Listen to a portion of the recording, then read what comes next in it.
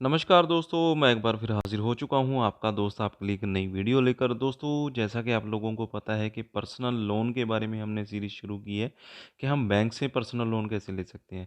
और यहाँ पे आज मैं बहुत ही अच्छा ट्रस्टेड बैंक आपके लिए लेकर आया हूँ जिससे कि आप पर्सनल लोन यहाँ पे ले सकते हैं। और यहाँ पे दोस्तों आपको बता दूँ कि 10 लाख रुपए तक आप लोन ले सकते हैं, इससे ज़्यादा भी ले सकते हैं। उसके लिए आपका जो प्रोफ़ाइल है वो अच्छा होना चाहिए, रीपेमेंट आपकी अच्छी होनी चाहिए, आपके जो बैंक में ट्रांज़ैक्शन है वो भी अच्छे होने चाहिए। तो यहाँ पे आज हम बात करने जा रहे हैं सेंट्रल बैंक ऑफ इंडिया, जो कि काफ़ी नामी गिरामी और ट्रस्टेड बैंक है इंडिया का। और यहाँ पे आप लोन ले सकते हैं। तो दोस्तों, वीडियो में आगे बढ़ने से पहले मेरी आपसे रिक्वेस्ट है कि अगर अभी तक आपने हमारे चैनल को सब्सक्राइब नहीं किया तो अभी कर लीजिए, क्योंकि इसी तरह की वीडियोज़ मैं हर रोज़ आपके लिए लेकर आता रहता हूँ। और अगर इस हो सके तो इस वीडियो को लाइक ज़रूर कीजिएगा। तो चलिए दोस्तों, आगे बढ़ते हैं इस वीडियो में और देखते हैं कि कौन से लोन यहाँ पे आप ले सकते हैं। तो यहाँ पे सबसे पहले तो आपको लोन्स में हाउसिंग लोन मिल जाता है, व्हीकल लोन आप ले सकते हैं, लोन अगेंस्ट प्रॉपर्टी मिल जाता है, पर्सनल लोन आपको मिल जाता है, loan to senior citizen, education loan आप ले सकते हैं। और यहाँ पे दोस्तों आपको लोन्स फॉर वुमेन्स के लिए, लेडीज़ के लिए स्पेशल लोन्स ऑफर यहाँ पे दिए जाते हैं, स्कीम्स वो भी आपको मिल जाती हैं। एसएमई रिटेल लोन आपको मिल जाता है, अदर लोन स्कीम्स यानी कि और बिजनेस रिलेटेड या एजुकेशन रिलेटेड, और डिजिटल बैंकिंग आपको यहाँ पे मिल जाती है। तो यहाँ पे आज हम बात करेंगे पर्सनल लोन के बारे में। अगर आपको किसी और लोन के बारे में भी जानना है, कोई स्पेशल ऑफर के बारे में, तो आप हमें कमेंट में कमेंट करके ज़रूर बताइएगा। उसके लिए मैं अलग से आपके लिए एक वीडियो बना दूंगा। तो यहाँ पे दोस्तों पर्सनल लोन पे हम क्लिक करते हैं। तो यहाँ पे आपको दो तरह के जो ऑफर्स हैं वो यहाँ पे मिल जाते हैं। एक तो सेंट्रल पर्सनल लोन स्कीम है और सेंट्रल पर्सनल गोल्ड लोन है। गोल्ड लोन का आपको मोटा माटी पता होगा कि आपने गोल्ड रखना होता है, उसके बिहाफ पे आपको लोन मिल जाता है हाथों हाथ। और यहाँ पे पर्सनल लोन के लिए आपको यहाँ पे अप्लाई करना पड़ता है। उसके बाद आपकी एप्लीकेशन रिव्यू की जाती है, रिव्यू करने के बाद ही आपको डिसीज़न आपका दिया जाता है कि कितना लोन आपको यहाँ पे मिल सकता है। तो यहाँ पे दोस्तों पर्सनल लोन की अगर हम बात करें तो सबसे पहले तो हमें देखना होता है कि कौन-कौन लोग यहाँ पे एलिजिबल होते हैं लोन को लेने के लिए। यानी कि अप्लाई करने से पहले आपको बेसिक जानना बहुत ज़रूरी है कि कौन-कौन लोग यहाँ पे अप्लाई कर सकते हैं। अप्लाई कोई भी कर सकता है, लेकिन एलिजिबिलिटी में आपको कोई दिक्कत ना आए, इसीलिए आपको पहले ये बेसिक जानकारी लेनी चाहिए। तो यहाँ पे दोस्तों परमानेंट एम्प्लॉई ऑफ रेलवेज़ ये भी लोन ले सकते हैं। Government institution, central and state government, schools, hospitals, municipal bodies having completed 1 year of service, यानी कि उनका 1 year सर्विस का कंप्लीट होना चाहिए। इसके बाद आपका permanent employees of the Indian multinational companies, यानी कि एमएनसी जो कॉरपोरेट्स में काम करते हैं, प्राइवेट कंपनीज़ में काम करते हैं, प्राइवेट लिमिटेड कंपनीज़ में, वो भी यहाँ पे लोन लेने के लिए एलिजिबल है। और यहाँ पे completed minimum 3 years of service, यानी कि उनके जो उनकी कंपनीज़ हैं उनमें उनकी 3 साल की सर्विस पूरी हो जानी ज़रूरी है। और यहाँ पे दोस्तों आपको बता दूँ कि जो लोन है वो 20 टाइम्स आपका सैलरी के ऊपर मिल जाता है। मान के चलिए कि अगर आपका 50,000 आपकी सैलरी है तो आपको 10 लाख रुपए तक का लोन मिल जाएगा, यानी कि 50,000 का 20 गुना आपको लोन दे दिया जाता है। और यहाँ पे मैक्सिमम जो लोन अमाउंट है वो भी 10 लाख रुपए दी गई है। इससे ज़्यादा भी मैं आपको बता रहा हूँ कि इससे ज़्यादा भी मिल जाता है, वो और कंडीशंस होती हैं, टर्म एंड कंडीशंस, क्योंकि जो मिडिल क्लास लोग होते हैं उनको इतना ही लोन चाहिए होता है, इतने से उनका काम चल जाता है। और यहाँ पे आपको मिनिमम नेट टेक होम पे 40% ऑफ ग्रॉस सैलरी। तो यहाँ पे दोस्तों बताया गया है कि आपका जो सैलरी आपको मिलती है उसका 40% आपका टेक होम होना चाहिए। यानी कि अगर आपका पहले कोई आपने क्रेडिट कार्ड लिया है, उसके बिल्स आपके पेंडिंग है, या आपने कोई और लोन करवाया हुआ है, तो उसका सबका काट कूट के 40% आपके पास बचना चाहिए। उसके बाद आपका जो लोन है उसको आप रीपे कर पाएँ। इसके बाद दोस्तों जो रेट ऑफ इंटरेस्ट है उसमें अगर हम बात करें कि लो कैटेगरी में रेपो प्लस 5.85 और मीडियम रिस्क कैटेगरी में रेपो 5.85, यानी कि मानकर चलिए कि यहाँ पे आपको 10.75% से लेकर यहाँ पे 25% तक का जो लोन का रेट ऑफ इंटरेस्ट का रेशो है वो यहाँ पे लगता है। यहाँ पे कुछ और तरीके से आपको सेक्शन में डिवाइड करके यहाँ पे रेट ऑफ इंटरेस्ट बताया जाता है।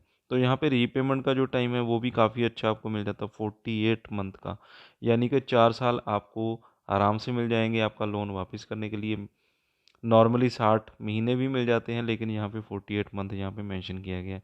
प्रोसेसिंग फ़ीस दोस्तों 500 रुपये प्लस एसटी जो जीएसटी है वो आपका 18% लग के प्रोसेसिंग फ़ीस आपकी जो होती है वो काट ली जाती है यहाँ पे।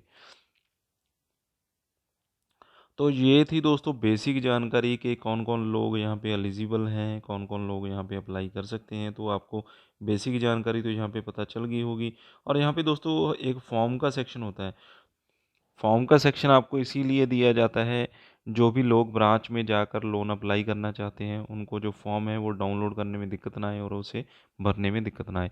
तो यहाँ पे सभी तरह के जो फॉर्म्स हैं वो यहाँ पे आपको मिल जाते हैं। जैसे कि हम बात करें 5 करोड़ से 15 करोड़ तक का जो लोन है उसके लिए फॉर्म यहाँ पे अवेलेबल है। 15 करोड़ से 40 करोड़ तक यहाँ पे अवेलेबल हैं। इसके अलावा जो हमारे काम के फॉर्म हैं उसमें जो कंप्यूटर लेना चाहते हैं, लिक्विड मॉर्टगेज ट्रेड व्यापारी, इन सब के लिए यहाँ पे फॉर्म अवेलेबल हैं। और यहाँ पे आ जाते हैं हाउसिंग लोन एप्लीकेशन के लिए, होम लोन के लिए, व्हीकल लोन, स्कूल के लिए। और जो हमें यहाँ पे फॉर्म चाहिए होगा वो होगा पर्सनल लोन फॉर पेंशनर, और यहाँ पे हमारे लिए है personal loan to employees of corporate sector. तो यहाँ पे ये फॉर्म मैं आपको एक बार ओपन करके दिखा देता हूँ। तो यहाँ पे दोस्तों कुछ इस तरह का आपको ऑफलाइन फॉर्म मिल जाता है जिसमें आपने अपनी बेसिक डिटेल डालनी होती है। यहाँ पे आप देख सकते हैं कि आपको नेम फिल करना है, एड्रेस फिल कर देंगे, आपकी एक्टिविटी हो गई, की पर्सनल आपके नेम, डेजिग्नेशन जहाँ पे भी आप काम करते हैं, टेलीफोन नंबर, बैंकिंग रिलेशनशिप आपका बैंक में खाता है या नहीं है। इसके अलावा आपका आपने अपनी एसेट्स एंड लाइबिलिटीज़ बतानी होती है, यानी कि आपके पास कौन कौन से एसेट्स हैं, जैसे कि बैंक में क्या है, उसके बाद आपका पोस्ट ऑफिस में डिपॉजिट कितना है, एनएससी कितना है आपका, इसके बाद आपके शेयर्स डिबेंचर्स, आपका इन्वेस्टमेंट बिजनेस।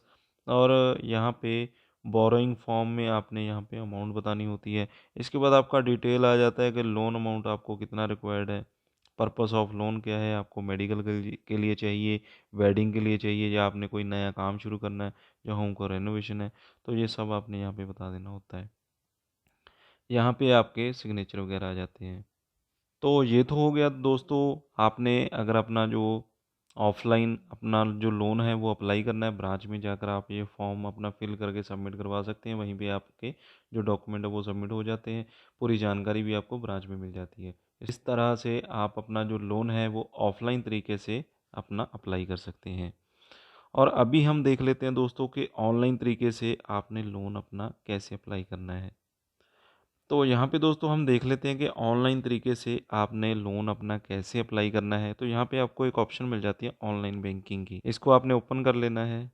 इसमें दोस्तों जो ऑनलाइन फॉर्म्स हैं वो यहाँ पे आपको मिल जाएंगे, जैसे home loan, mortgage, personal loan के लिए यहाँ पे है, online and offline retail agriculture के लिए यहाँ पे है, एजुकेशन के लिए यहाँ पे है, और यहाँ पे पीएसबी लोन यहाँ पे। तो यहाँ पे हमारे काम का जो फॉर्म है वो है होम लोन और पर्सनल लोन वाला, तो इस पर आपने क्लिक कर देना है। जैसे ही आप क्लिक कर देते हैं कुछ इस तरह का फॉर्म यहाँ पे निकल कर आ जाता है। सबसे पहले तो आपने बताना होता है लोन टाइप अपना, कौन सा लोन आप लेना चाहते हैं, education loan, home loan, mortgage, personal loan, vehicle loan. इसमें से जो भी है आपने सेलेक्ट कर लेना है। तो यहाँ पे मैं पर्सनल कर देता हूँ। इसके बाद स्कीम कैटेगरी आ जाती है आपकी, कौन सी स्कीम में ले रहे हैं, कारपोरेट एम्प्लॉई हैं, नॉन कारपोरेट एम्प्लॉई हैं, तो ये आपने बता देना है। तो यहाँ पे मैं नॉन कॉरपोरेट कर देता हूँ। इसके बाद आपका सेलेक्ट रीजन, आपका रीजन कौन सा है, तो यहाँ पे काफ़ी लंबी लिस्ट आ गई है कि आपका कौन सा एरिया पड़ता है, किस शहर में, किस डिवीज़न में। तो ये आपने यहाँ पे सिलेक्ट कर लेना है अपनी सिटी के हिसाब से।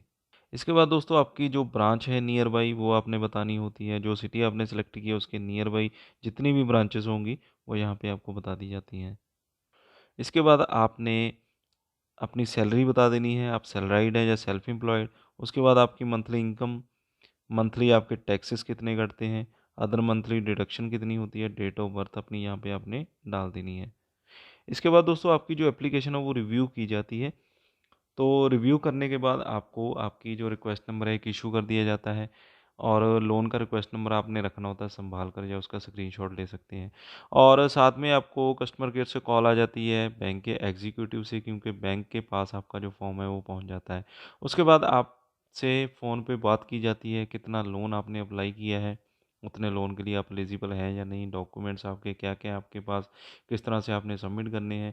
तो कुछ केसेस में आपके घर से भी डॉक्यूमेंट ले लिए जाते हैं, कुछ केसेस में आपको ब्रांच में जाकर देने होते हैं, कुछ केसेस में आपको ऑनलाइन भी जमा करने होते हैं, क्योंकि बैंक का जो प्रोसीजर है वो अलग से होता है।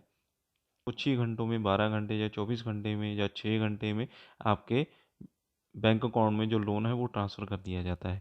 तो इस तरह से दोस्तों बहुत ही आसानी से आप सेंट्रल बैंक ऑफ इंडिया में अपना जो लोन है वो अप्लाई कर सकते हैं। जो मेरे भाई एलिजिबल हैं, जो लोग अभी एलिजिबल हैं, उनको यहाँ पे लोन ज़रूर मिल जाएगा। काफ़ी अच्छी जो लिमिट है वो यहाँ पे दी जा रही है 10 लाख रुपए की, और जो टेन्योर है वो 4 साल का मिल जाएगा, 48 मंथ का। उससे कम रखना है वो आपकी मर्ज़ी होती है।